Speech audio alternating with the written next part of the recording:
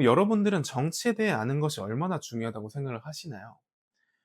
이 영상을 보고 계신 분들이라면 제목을 보고 들어오셨을 테니 어느 정도는 중요하다, 또는 이제는 중요해진 것 같다라고 느끼고 계실 거라고 생각을 합니다. 근데 솔직히 아직 많은 분들이 정치에 무관심하죠. 정치인들이 알아서 잘 굴려주면 되는 거 아니냐, 이렇게 생각하는 분들이 많은 것 같습니다. 하지만 현실은 그렇지 않죠. 처음엔 좋은 뜻으로 정치에 들어간 사람들도 있겠지만, 그런데 국민들이 모르고 관심이 없으면, 그러니까 잘못된 걸 막아줄 사람이 너무 적어지면, 목소리를 낼 사람이 너무 적어진다면 그 순간 무지는 권력자들한테는 최고의 먹잇감이 돼버리고 맙니다. 마음대로 굴리기 딱 좋은 환경이 된다는 거죠. 한번 생각해 보세요. 밥을 먹는 거, 식량 가격은 농업 정책이나 무역에 따라 움직이죠. 빵을 사 먹거나 카페에서 커피 한잔 하는 것조차 물가, 세금, 최저임금, 임대료랑 다 연결되어 있습니다. 회사를 다니는 거, 고용구조, 노동법, 세금, 정부 정치랑 연관돼 있죠.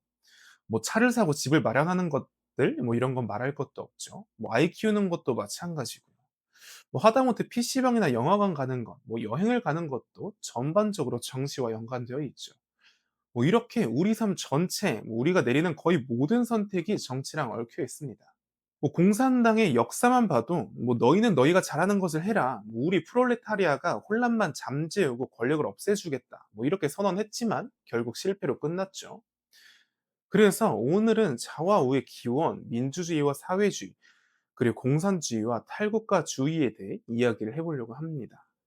일단 1789년 프랑스 혁명 당시 국민의회에서 왕이 거부권을 지지한 사람들은 오른쪽, 반대한 사람들은 왼쪽에 앉았습니다. 단순한 자리 배치에서 지금까지 이어진 좌와 우라는 말이 나온 겁니다. 이때 좌파는 평등, 민주화, 혁명적 계획을, 우파는 왕권, 질서, 전통을 상징하게 되었죠. 근데 현대에 와서는 인간을 어떻게 보느냐의 차이에서 좌와 우의 이제 근본 개념이 나뉩니다. 기본적으로 좌파는 루소의 생각을 따릅니다. 루소는 에밀에서 이렇게 말했죠. 자연의 최초의 움직임은 언제나 올바르다. 또 사회 계약론에서는 인간은 자유롭게 태어났지만 언제나 쇠사슬에 묶여 있다. 이렇게 말했습니다. 그러니까 자연 상태의 인간은 온순하고 연민을 지니지만 사회 제도와 문명이 그를 타락시킨다고 본 거죠. 그러니까 제도를 고치면 인간도 달라질 수 있다고 본 겁니다. 이게 좌파의 기본 개념입니다. 그래서 좌파는 교육, 복지, 재분배, 사회 개혁 같은 제도적 장치를 강조합니다. 그리고 우파는 기본적으로 홉스의 개념을 따릅니다. 홉스는 리바이어던에서 이런 말을 남깁니다. 인간의 삶은 고독하고 가난하며 비참하고 난폭하고 짧다. 그러니까 인간은 본래 이기적이고 불완전한 존재니까 강한 권력이 필요하다는 거죠. 결국 우파는 전통과 질서, 법, 시장과 같은 제도적 장치를 중시하면서 급격한 변화 대신 점진적인 변화를 강조했습니다. 그렇다면 민주주의란 뭘까요? 민주주의란 디모크라티아라는 그리스에서 나온 디모스, 민중과 그라티아, 지배에서 나온 민중의 지배를 뜻합니다. 그리고 현재 민주주의는 두 가지로 정의가 되죠. 첫 번째는 최소주의적 민주주의. 슌페터가 말했듯 정권 교체만 일어나면, 그러니까 선거를 통해 교체만 일어나면 민주주의다라고 보는 시각이고요. 두 번째는 실질적 민주주의. 선거만으로는 부족하다. 기본권, 권력 분립, 언론 자유, 소수자 권리, 공론장에서의 토론까지 있어야만 제대로 된 민주주의다라고 보는 시각입니다. 보통 우리가 민주주의를 생각하면 이 후자를 생각하죠. 그러니까 민주주의는 그냥 투표가 아니라 권력을 나누고 바꾸고 설명하게 만드는 제도라는 거죠. 민주주의의 장점은 분명합니다. 피 흘리지 않고 권력이 교체된다는 것. 이건 인류 정치사의 엄청난 사건이죠. 물론 쿠데타나 암살은 언제든 일어날 수 있습니다. 하지만 민주주의 안에서는 그 폭력이 눈앞에 드러나는 게 아니라 우리가 알지 못하거나 아니면 심증만 남아있는 정도로 완화가 되죠. 그 완화 덕분에 최소한 공멸은 피하자는 합의가 가능해진 겁니다. 민주주의는 폭력을 없앴다기보다는 폭력의 방식을 바꾼 거죠. 하지만 동시에 민주주의는 교묘한 폭력도 같이 품고 있습니다. 토크빌은 다수의 폭정을, 밀은 사회적 폭정을 말했죠. 법이 아닌 여론이 개인을 억압하는 상황, 현대 SNS의 마녀 사냥, 평판, 볼매 운동이 그 예입니다. 게다가 현대 여론전에는 거대 자본, 뭐 정치, 권력, 뭐 하다못해 인플루언서까지 다 뛰어듭니다. 한번 여러 번 솔직히 한번 생각해 보세요. 내가 아무리 뭐 진실을 말하고 뭐 또는 억울하더라도 저 거대한 힘들이 누르면 뭐 개인은 찍소리 못하고 그대로 눌리게 돼 버리죠.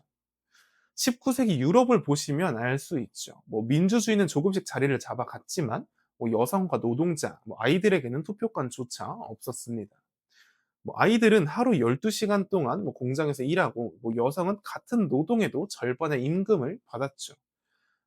그러니까 자유와 평등의 약속은 현실에선 허울뿐이었던 거죠. 이런 절망 속에서 사회주의가 등장합니다. 그러니까 사회주의는 자본주의의 모순 속에서 뭐 나온 대답인 거죠. 생시몽, 프리에, 오웬 같은 공상적 사회주의자들은 뭐 협동 공동체와 새로운 삶을 꿈꿨지만 뭐 현실의 벽을 넘지 못했죠. 하지만 마르크스는 달랐습니다. 뭐 그는 사회주의를 단순한 이상이 아니라 뭐 자본주의가 결국 자기 모순으로 무너질 수밖에 없다는 역사 법칙으로 설명했죠. 뭐 노동자가 역사의 주체가 된다. 뭐 이 문구는 유명하죠.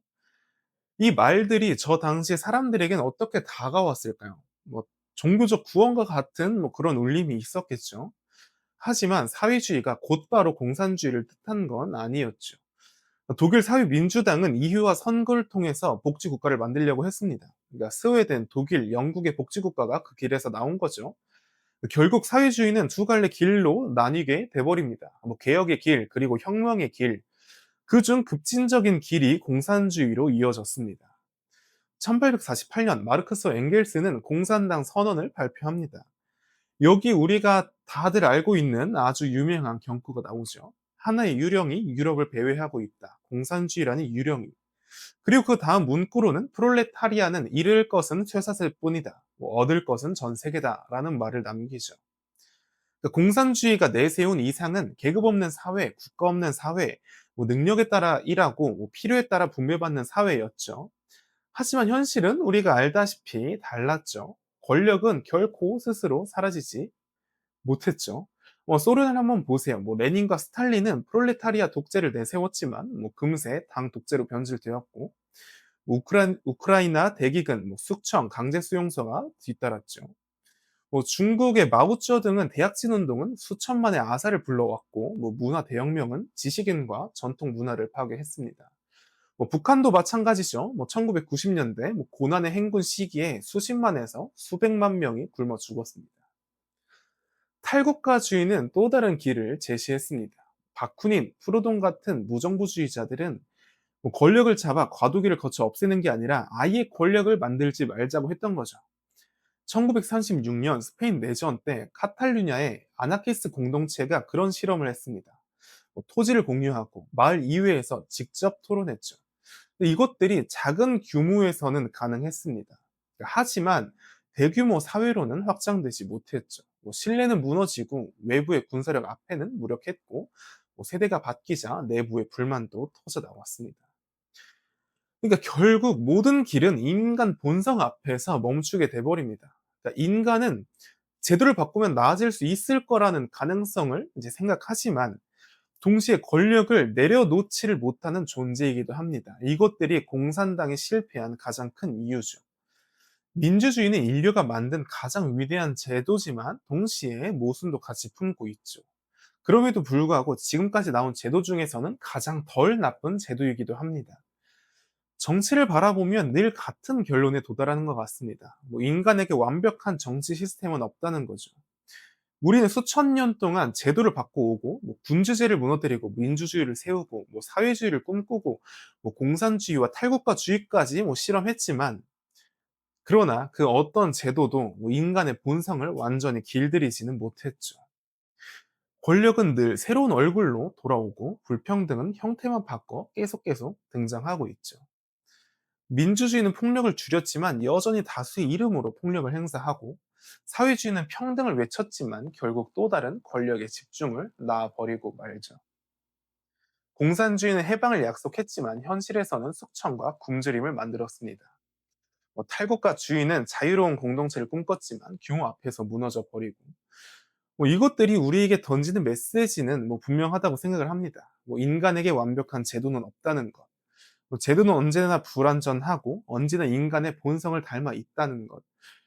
그러므로 우리가 바라봐야 할 방향은 완벽한 정치적 시스템을 만든다는 식으로 제도를 우상으로 만드는 것이 아니라 도구로 바라볼 때, 그러니까 인간 그 자체를 직시할 때 우리는 최소한 더 나은 길을 향해 나아갈 수 있지 않을까 생각을 합니다.